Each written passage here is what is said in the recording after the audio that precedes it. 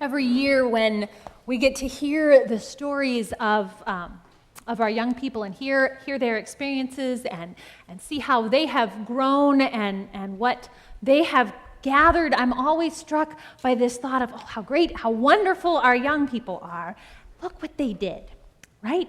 But the thing is that that's not what we're here for this morning. They are great and they are wonderful, but they are here not to say, look what I did, but as they did so beautifully, to say, look what God did.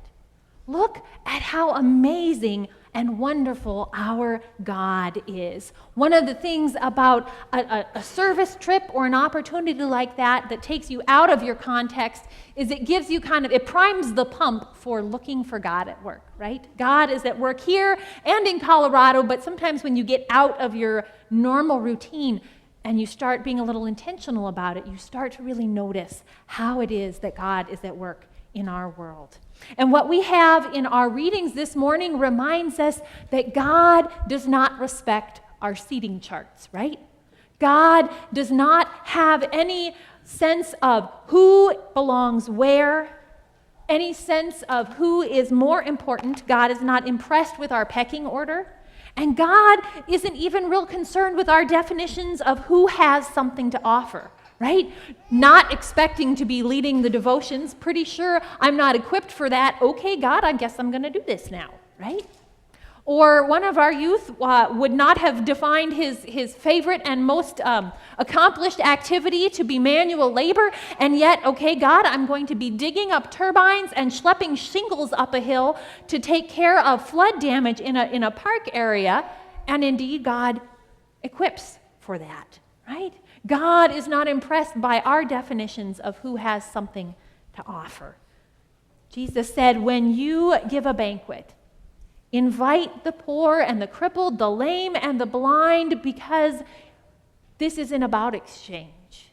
This is about the goodness of God. This is about learning to look for God at work in the world. And Luke loves stories of people gathered around food. And as I heard this scripture, as I heard the stories of our young people, I thought about one other meal that Luke describes as Jesus is already risen. Right after Easter, and the disciples are just utterly baffled.